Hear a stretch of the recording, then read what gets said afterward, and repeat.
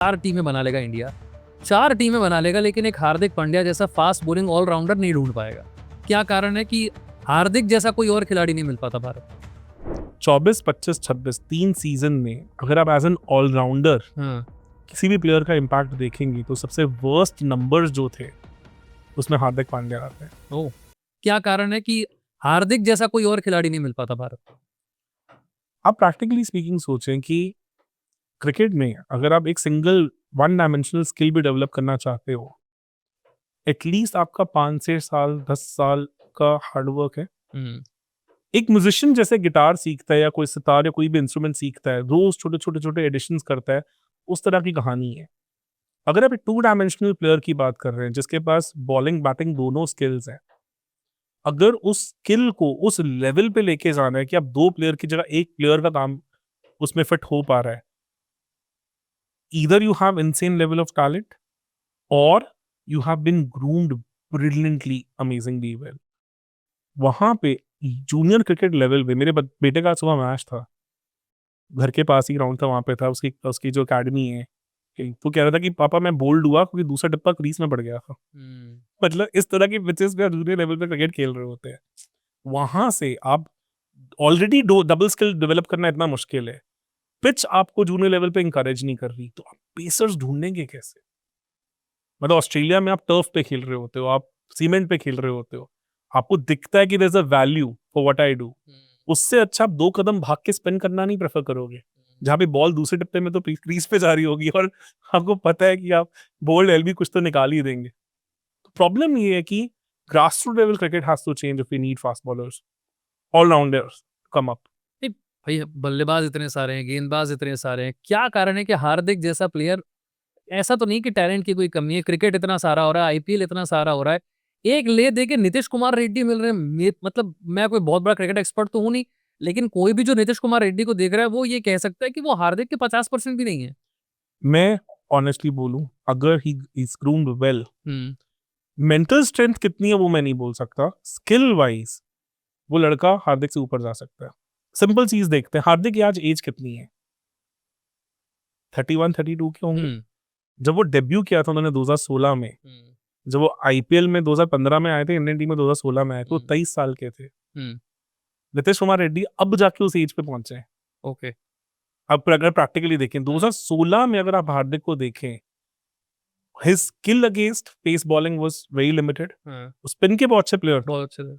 Pace को अच्छा नहीं खेलते थे। उन्हें 17 18 19 लगा पेस के अगेंस्ट अपनी बैटिंग डेवलप करने को। हुँ, एज अ बॉलर वो ज्यादा back of the length ball करते थे, रन भी बहुत पड़ती थी, नो बॉल पे भी कंट्रोल नहीं था, बहुत चीजें थे। 18 19 के आसपास आके वो उस मेच्योरिटी में आए हुँ, जब वो 26 साल की उम्र में थे, क्योंकि 2 स्किल्स आप डेवलप कर रहे हैं तो आपको वो एज टाइम देना पड़ेगा। जडेजा को आप देख लें कितने साल लगे ऑलराउंडर बनने में। बिल्कुल। नीतीश की आज एज कितनी है? तो अब टचिंग 23 है मेरे ख्याल हुँ, से। वहां पे he is already about to clock 140 now, 130 और 140 हुँ, मारने लग गए हुँ, हैं। आए थे स्पिन बैशर थे, पेस के उतने अच्छे प्लेयर नहीं थे, जबकि मेलबर्न में 100 है, पर वो पुरानी बॉल के अगेंस्ट था। इस आईपीएल में you could see that his numbers against pace have also improved. कितनी बार उन्होंने एसआरएच को ट्रबल से निकाला। इनफैक्ट केकेआर वाले एक मैच में जब वो नहीं थे तो एसआरएच 105 पे 1 से 160 पे ऑल आउट हुई। मतलब इतनी उनकी कमी उनको खाली है। हाँ, उन्होंने 11वें 12वें ओवर में आके पुरानी बॉल से भी विकेट्स निकाली है। पेस सिग्निफिकेंटली उनका ऊपर गया है। तो अब वो एक प्लेयर है जिसने अभी 1.5 साल के इंटरनेशनल करियर में भी या 2 साल के इंटरनेशनल करियर में भी एवोल्यूशन दिखाई है उस एज पे, जिस एज तक तो हार्दिक का डेब्यू भी नहीं हुआ। तो जब हम जज करते हैं हम ये चीज नहीं देखते कि जो इंटरनेशनल ऑलराउंडर्स भी हैं उनको बहुत साल लगे। बेन स्टोक्स आप देख लीजिए, बेन स्टोक्स आते एकदम से ऑलराउंडर नहीं थे। कितने तो मैचेस मुझे 2014 का इंडिया सीरीज याद है, इंडिया के उनके 2 या 3 डक थे उस सीरीज में। हुँ, तो ऑलराउंडर कितने सारे एग्जांपल्स हैं, जडेजा अश्विन सबको बहुत साल लगे हैं where they been able to exhibit both of their skills. आप ऐसे में द ग्रेट जैक कैलिस को कैसे रेट करते हैं? उनका भी ऐसा ही करियर था स्टार्टिंग में। मतलब बहुत मुझे लगता है जैक कैलिस अगर इंडिया में पैदा होते तो शायद वो गॉड ऑफ क्रिकेट कहलाते। वो शायद इंडियन क्रिकेट में आगे ज्यादा चल ही ना पाते। क्यों? उनकी स्टार्टिंग का test career was very bad, उनको शायद वहीं पे जैसा VVS Laxman was a late bloomer, starting हुँ, उनका भी वैसा गया था, जैक कलिस का भी वही था। उसके साथ इंडियन क्रिकेट उनके लिए इतनी पेशेंस दिखा पाती, वो बहुत। लेकिन अगर जो स्टैट्स है ये पूरे अगर इंडिया के क्रिकेट में आ जाते, वो तो अलग लेवल का उनका, मतलब आप इंडिया की हिस्ट्री के सारे ऑलराउंडर्स जोड़ कम लीजिए। बात होती है जैक कैलिस की, मुझे लगता है बात होनी चाहिए। क्या चीज ऐसी थी जो उन्हें स्पेशल बनाती थी? कुछ चीजें हैं जो प्रैक्टिकली स्पीकिंग ही वाज, मैं ये ज्यादा आपको बता सकता हूँ कि क्या ऐसा है कि उनकी ज्यादा बात क्यों नहीं होती। स्पेशल नो डाउट, वो अगर एक बंदा जिसका आपके देख लीजिए कि टेस्ट करियर ऑलमोस्ट सचिन और जहीर खान का टेस्ट करियर मिला के बन जाता है, तो वो एक्स्ट्रा ऑर्डिनरी तो था। तो है। चीजें क्या होती है ना, आप कल्ट प्लेयर किसे कहते हैं? हमारे एरा के कल्ट प्लेयर सचिन और लारा ही हैं, हम्म। और तीसरा भी उस लेवल पे नहीं बन पाया जो उस टाइम पे आपको मैच जीत के दिखाता है जब कोई उम्मीद नहीं करता। कालिस एक मेथोडोलॉजिकल ड्रिवन प्लेयर थे, पर क्या आपको आईपीएल में उनकी कोई हाई इंटेंट इनिंग्स याद है? ओडीआई क्रिकेट में या टेस्ट में आपको ऐसे याद हो कि जहां उन्होंने एक बहुत डिफिकल्ट सिचुएशन से मैच निकाल के सीरीज जितवाई हो कुछ किया, और जो ब्रायन लारा के साथ एसोसिएट किया जाता है कि उन्होंने होपलेस सिचुएशन से 150 मार के टेस्ट मैच जीत लिया साउथ अफ्रीका अगेंस्ट, ऑस्ट्रेलिया के अगेंस्ट। वो चीजें थी कि he was with the flow very methodological driven player, जो आपको पता है कि solid 9.5 on the scale of 10 every time है। बट ब्रायन लारा ऐसे हैं जो एक दिन 9 भी हो सकते हैं, एक दिन 10 भी हो सकते हैं, एक दिन 12 भी हो सकते हैं। वो कहानी बस जैक कैलिस के करियर में मिसिंग थी कि कंसिस्टेंसी ऐसा था। अब उनके टेस्ट स्कोर्स भी देखें, उनके बहुत हाई, मतलब डैडी हंड्रेड्स नहीं है टेस्ट क्रिकेट में। अगर आप प्रैक्टिकली देखें, कंसिस्टेंटली हर बार उन्होंने स्कोर, कंसिस्टेंटली खेलते। तो is one guy who will give you a certain set of things कि इवन केकेआर में उनका रोल क्या था आप सुन के हैरान हो जाएंगे। केकेआर उन्हें एज एन ऑलराउंडर यूज नहीं करता था, as a pitch reader use करता था, क्योंकि उनकी judgement about the game is so brilliant कि वो एक पिच पे 2 ओवर खेल के बता देते थे कि इसके ऊपर पार स्कोर क्या होगा। तो जब केकेआर के लिए वो खेले, that was his key role, that he would give you an indication कि what this pitch should be giving you, मतलब कि इसका पार स्कोर क्या है। तो रीडिंग ऑफ द गेम उनकी बहुत ही ज्यादा बेहतरीन थी। हार्दिक पर लौटते हैं, क्या हुआ आईपीएल में इस बार? क्या क्या सपोर्ट नहीं मिला? क्या खेमेबाजी थी टीम में? मुंबई इतना स्ट्रगल क्यों कर रही थी? हार्दिक के साथ क्या हो रहा था? लोगों ने तो सोशल मीडिया पर कहानी बना दी कि कॉन्स्पिरेसी हो गई उनके अगेंस्ट, फंसा दिया उनको। इंडियन क्रिकेट में ना ये चीजें बहुत ज्यादा आती हैं, प्रॉब्लम है, फंडामेंटल चीजें लोग भूल जाते हैं।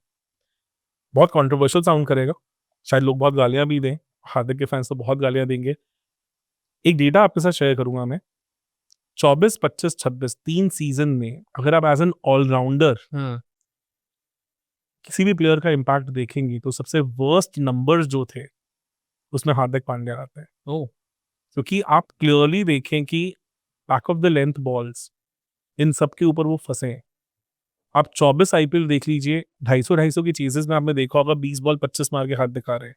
हम्म। आपको 2024, 25, 26 में पिछले 3 सालों में बैटिंग वाइज एक इनिंग्स याद है जहां पे मुंबई इंडियंस को उन्होंने 20 बॉल 50 मार के जितवाया हो? एक सिंगल नॉक, जो उनकी खासियत थी, हम्म। जो आप 19 में 18 में बात करते Finisher. तो आप शायद डिस्कशन भी ना होता इस चीज के ऊपर। एज अ बॉलर इंडिया के लिए he is more committed to be honest, which is a very good thing, which is very rare. Last year का एक एग्जांपल है, जीटी वर्सेस मुंबई मैच था, रेन हिट मैच था, बारिश हो रही थी, स्टॉप एंड स्टॉप मैच था, आखिरी उन्हें 15 रन चाहिए थे। हार्दिक के पास ओवर था, दीपक चहर के पास ओवर था, तवतिया बैटिंग कर रहे थे। आप कैसे ओवर देना चाहेंगे अगर आप कप्तान हो? तो आंखें बंद करके कोई भी कहेगा हार्दिक पांड्या। बिल्कुल। इंग्लैंड के साथ जब इंडिया का मैच हुआ, पेनल्टीमेट ओवर हार्दिक करने आए थे, उन्होंने उस ओवर के अंदर मैच फंसा के रख दिया था जहां पे जेकब बेथल ड्रीम इनिंग्स खेल रहे थे। बिल्कुल बिल्कुल। This is what he does for India. Mumbai के लिए वो नहीं कर पाते। वहां क्यों पे नहीं कर पाते? क्या हो वो जाता है? चीजें ये है कि आप इनऑर्गेनिकली टीम में आए, तो certain times that particular trade also puts a lot of pressure on you. जब आप इतना प्रेशर, इतना सब कुछ, क्योंकि देखो 24 में तो एक्सेप्टेंस नहीं मिली, तो आप 25 में किस माइंडसेट से साथ आए होंगे कि मैं इस बार तो अलग ही करके दिखाने वाला हूँ। नेवर डिडंट हैपन, टीम और नीचे गई। 26 में आप और प्रेशर के साथ आ रहे हैं। जब वो इंडिया के लिए खेलने आते हैं, क्या उनके ऊपर वो एक्सपेक्टेशन प्रेशर उतना होता है? आईपीएल से तो कम ही होता है। बहुत कम, बिकॉज एक्सेप्टेंस है, हम्म। फेलियर का स्कोप भी है, आपको पता है आपका रोल ये है। रोल ये है। क्लियरली है। आप फाइनल्स में देखें, फाइनल्स में हार्दिक से रन नहीं लगे। जो न्यूजीलैंड का अगेंस्ट मैच था, उनका नहीं लगे रन, पूरा मोमेंटम उन्होंने एक तरह से निकाल दिया था उस इनिंग्स का। दुबे ने एंड में आके बचा लिया। बचा लिया एक तरह। चलो एंड में इंडिया बहुत कंफर्टेबली जीत गई, but nobody was going to question लेकिन दैट। वो सेमीफाइनल इंग्लैंड वाला वैसा हो सकता था फाइनल भी।